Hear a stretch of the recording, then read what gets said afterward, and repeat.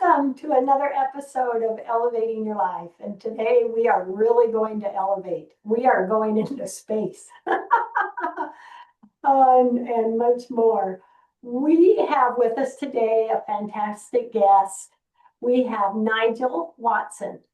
He has researched and investigated historical and contemporary reports of UFO sightings since the 1970s. He writes a monthly column, Saucers of the Damned, about UFOs for Fortean Times and regularly writes book reviews for the Pelicanist blogspot. He has regularly contributed to Magonia, All About Space, Starburst, Aquila, History Today, Fate, Flying Saucer Review, UFO Brigantia, Northern UFO News, The Unexplained, Paranormal Magazine, UFO Magazine, and Outer Limits Magazine. He has contributed to several books and edited the late Timothy Green Beckley. And he is the author of Portraits of Alien Encounters Revisited. And Nigel worked as a copywriter in London and now lives in Plymouth, UK. So hello, Nigel. Hello. Thank you for joining us. Oh, I've been really excited about this interview because UFOs is something I'm not familiar with, and it's just kind of a wow. So first off, would you like to share any more of your background and kind of what triggered you to go in the direction of studying UFO experiences? Yeah, I started off in the late 60s. I watched the moon landing and I got really interested in anything to do with space travel. So I got news clippings and any books and magazines really I could get hold of. And then I kind of got onto UFOs. My local library had a few books, and that's what sparked my interest really, because I thought, well, if we can visit the moon, advanced alien civilizations could visit Earth and do the same with us as we were doing with the moon, exploring. And it seemed quite logical at the time. And also, um, newspapers were serializing Chariots of the Gods by Erich von Daniken, who talked about biblical stories, but from a space point of view. So his idea was that, aliens possibly visited us, thousands of years ago and then cultivated or sparked off all our religions and structures, like the, the pyramids and that kind of thing. But I was more interested in just UFOs in the sky, really, and the possibility of them visiting us now. I wasn't so much interested in the past material. It was intriguing, but I think with UFO sightings, but they're seen sort of anywhere in the world. So I lived in Scunthorpe, and it's a fairly small town in the north of England, and even there, the newspaper would report UFO sightings, and I'd go and speak to people who'd been in the newspaper, or sometimes, like my own grandmother saw a sort of orange ball of light fly over Scunthorpe, and several other people saw the same thing. So I never did find out what that was, but these sort of glowing orbs are quite common nowadays. Yeah. So tell us, for someone that really has no idea what UFOs are, so what are they? And so is something like a ball of light a UFO? And then are there other things that you could say are a UFO? Tell us about that, Nigel. Yeah, mainly, I suppose the vast majority of sightings are of balls of light and often very easily explained as being aircraft or helicopters, even birds or celestial objects, stars or satellites. There's like hundreds of different explanations for lights in the sky, but sometimes people see more solid objects. Cigar shapes were quite common, and the traditional flying saucer domed craft were often seen. Um, and really, for more hardcore ufologists, were more interested in those sort of sightings. But then there were other sightings in the 1950s by contactees. They saw these craft actually land, and then they'd speak to the occupants of these craft, and people kind of made fun of the contactees. People like George Adamski in particular was very famous in America, and he also had a big impact on British ufology because in the 60s his books were quite well known, and even serious ufologists in Britain would show witnesses pictures uh, of photographs made by George Adamski of like flying saucer craft with like um, half like cylindrical landing craft, and a lot of people in England reported seeing similar type of craft, even though his stories of meeting these aliens had been ridiculed um, during his period of publicity, really. And there's a bit of a division, though, really, between those fantastic stories of contactees and then things seen in the sky. And then you had an intermediate area where people took seriously just sightings of craft, but with humanoids, but no interaction with them. So that seemed a bit more um, less prone to sensationalism as these stories of contactees. And in a way, my book covers how I went from investigating local cases to investigating really high strangeness cases in the towns and cities near me. I went to Leeds and Sheffield and Bradford. And these were really high strangeness cases at a time when there's a lot of publicity for close encounters of a third kind. And I think that sparked off people's um, interest in close encounters. And it also meant people were encouraged to tell such stories. I think before then, people didn't really like to talk about really close encounters or meeting aliens. So the people I met did tell me a lot about, seeing robots and little men in black and having all sorts of weird experiences. But I think another thing at that time, a lot of British ufologists sort of censored out a lot of these cases because they said over either childish imagination or the sort of stories of people just influenced too much by science fiction or that were just plain, crazy. So, but I didn't want to censor any of that out. So my book tries to portray these stories from the percipient's point of view, and I think I've covered quite a lot of material there from childhood encounters right through to adults, and I've nearly brought it up to date really because the later cases deal with sort of semi-abduction type experiences.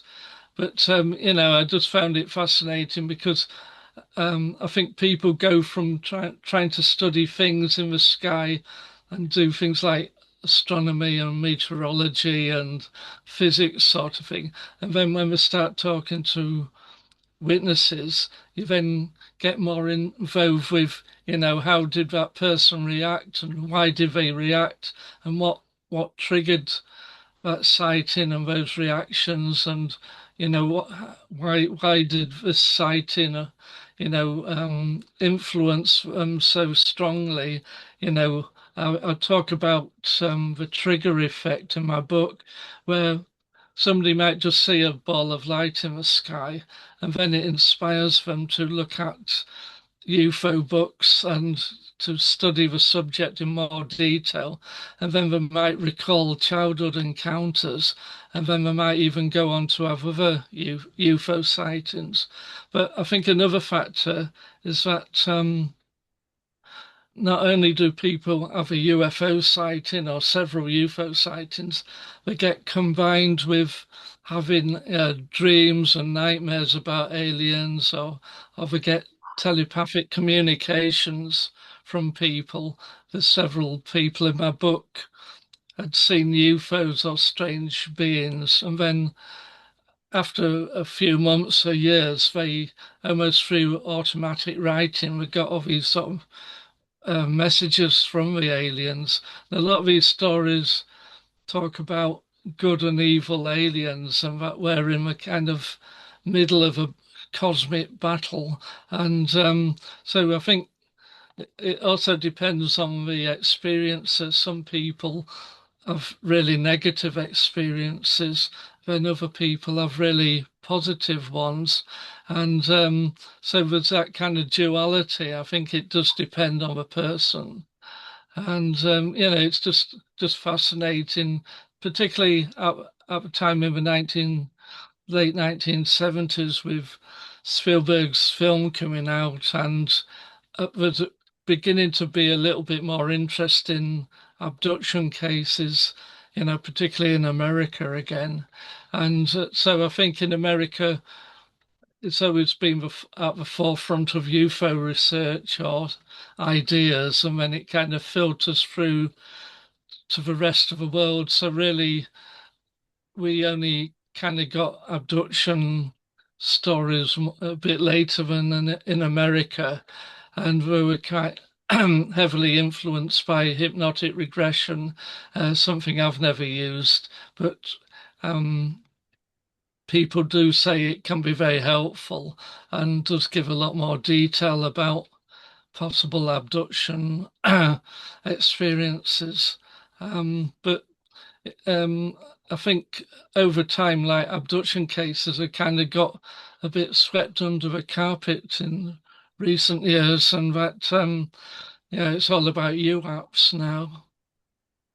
Wow, wow. And people that have seen them land and maybe connected with or communicated. Mm. What are there any stories that just really said a wow to you, that just fascinated you, or are they similar, these Um, different stories?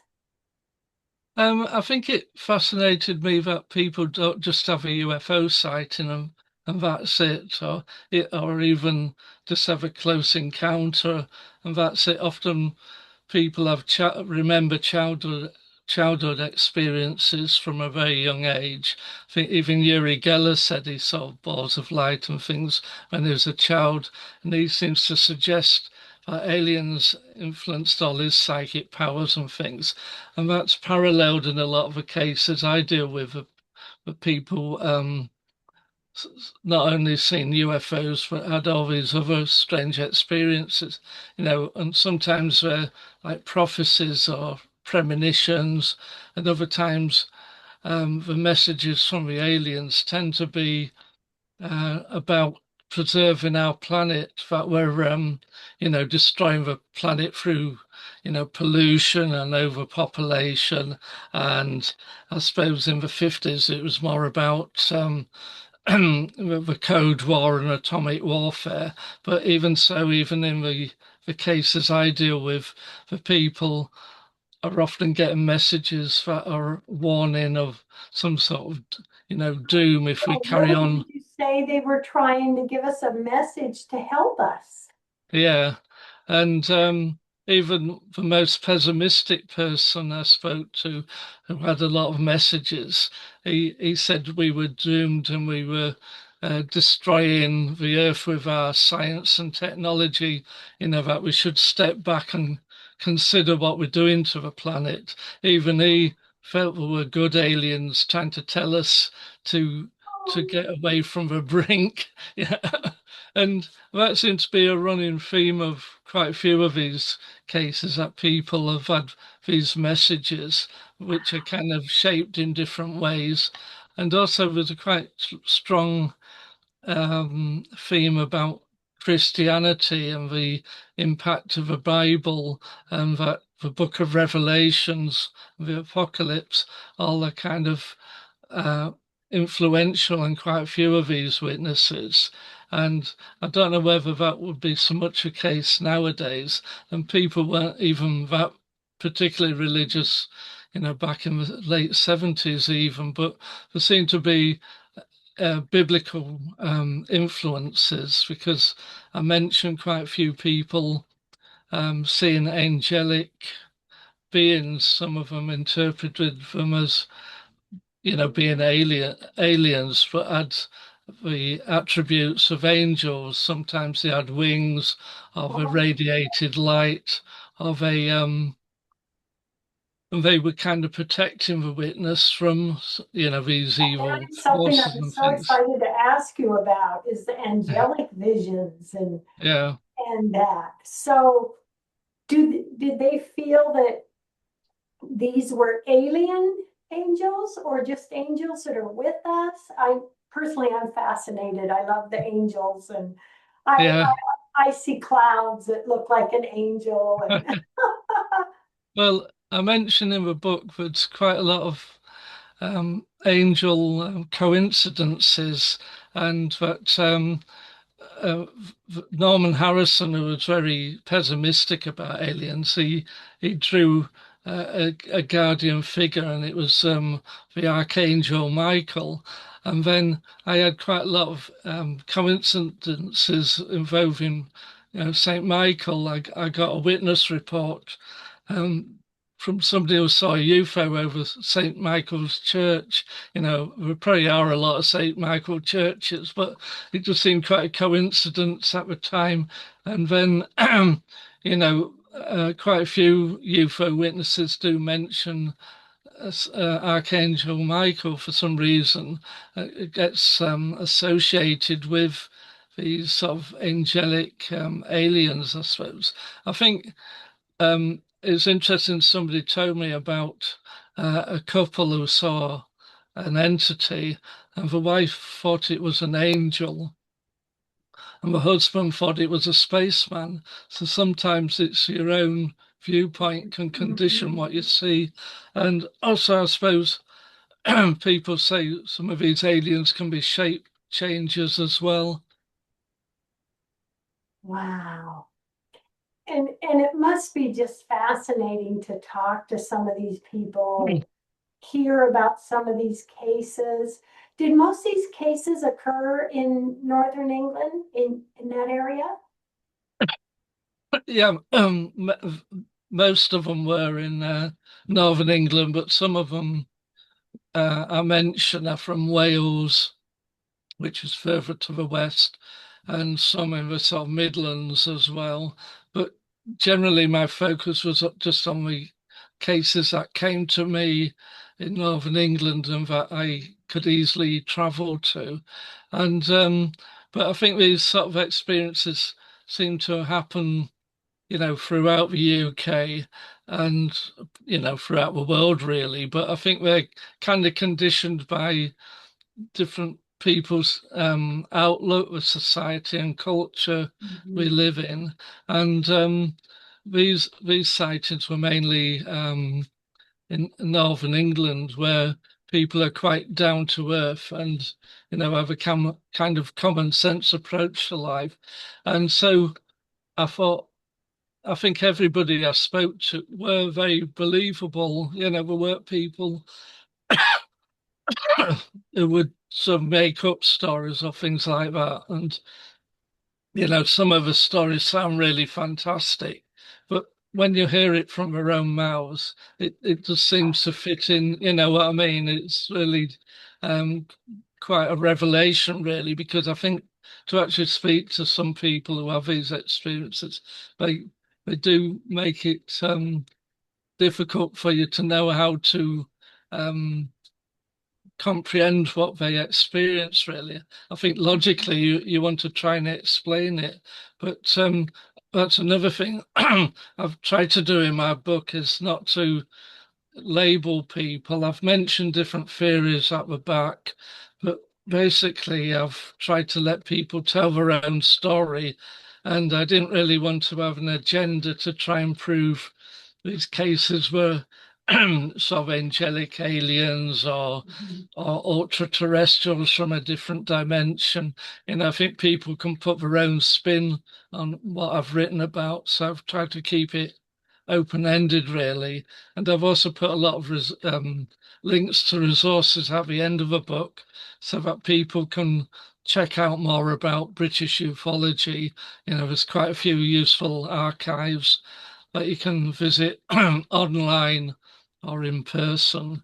And there's quite a stack of books now about British UFO cases. So I've kind of tried to fit my book into that niche of covering Northern England that'll fit in with other books so that other people could explore it. And I think also the theme of angels is something I've put in one of the chapters. And I think even just recently, I've kept finding more and more angelic stories linked to aliens. So, in a way, that's a kind of crossover point, I suppose. Yeah. Yeah. Do you think, Nigel, that these sightings and occurrences are increasing with time, or do you think they're decreasing? Um, I think they bubble along under the surface. John Keel, who was a famous UFO writer in America, he had what he called a network of silent contactees, people who hadn't sought publicity who'd correspond with him. And I think that seems to be what's happening now, is that mainstream media might not be covering sort of angelic aliens and telepathic messages and things like that, but it's bubbling under, and now it's through social networks, like Facebook and Reddit and places like that. People are forming their own communities where they're discussing these things, and then now and again these things will get into the mainstream media. But I think the main focus now is on UAPs and non-human intelligences and more the military side of UFO encounters, things like trying to put pressure on the US government to get disclosure, that sort of thing. But I think Yeah. the sort of things I write about are more the sort of things that are happening in, I suppose, what you might say in everyday reality, rather than anything that's sort of highlighted in, newspaper headlines or anything. Have your views about UFOs changed since you began all this? Yeah, I think from the beginning, I won't say much into them being spaceships, really. Like I said, I thought they were, doing the same thing as we'd been doing to the moon, and that space exploration would continue, and we'd perhaps be like them and travel into the stars or the planets and all that sort of thing. But then over time, people like John Keel argued a lot of these UFO experiences aren't of solid craft, but more paranormal, like I said about angelic beings and weird communications, and people experience a vast range of things that don't seem to equate with, just flesh and blood humanoids coming in flying saucers. And also the logistics of these things. If there's thousands of spaceships coming to Earth, where are they? They can't all be lurking under the sea or, beyond our own radar systems. So, in a way, that's why he developed theories about other dimensions. And I suppose a lot of people support that idea, and that they're not aliens, they're ultra-terrestrials. But sometimes I think you're just rebranding it. And in the end of the day, I've been investigating all these cases and interested in the subject. I've still not really come up with any answers, and that I think I think you just got to be open-minded and go with what's going on in the subject, because I don't think, yeah, I think you start off thinking, "Now I'll collect all this information and I'll come up with the Yeah. answer." It's a bit like all these people go to Loch Ness and think, "Oh, I'll take a net and a boat and I'll capture the monster." And it's Yes. never that easy. And I think with this sort of subject, it's one of Yeah. those things that will go on forever, because these are about human experiences and responses to whatever it is out there, whether it's Yeah. something, beyond our own realm, or Jungian archetypes Mhm. within our own being. So there's a kind of wide spectrum there. And I Yeah. think all you can do is sometimes favor one theory and you go down that road, and then you think, oh, that's a load of rubbish, and go another road. So I think that's the thing, though. I don't think there's any objective end to all this. Mhm. I think it's the same with disclosure, but Yeah. I'm not sure what people really Mm. mean by disclosure, because Yeah. um, no one will be satisfied unless they can sort of drag out an actual spaceship from Area 51 or something. Yep. And Um, take you a know, picture. Yeah. yeah. Nigel, we have about 2 minutes left in the show. Okay. What last message do you want to give everybody today? All right. Well, I hope people will enjoy my book and be open-minded about it. And I think we should have an attitude to the subject itself. And that, I don't think there's easy answers. And I'm just hoping my book will be a sort of guidepost to some aspects of the subject. And I've got a Facebook page of my own, Nigel Watson, and I've also got a UFO investigations page, which kind of details any news stories or anything connected with my books. So I think you can quite easily find me on Facebook.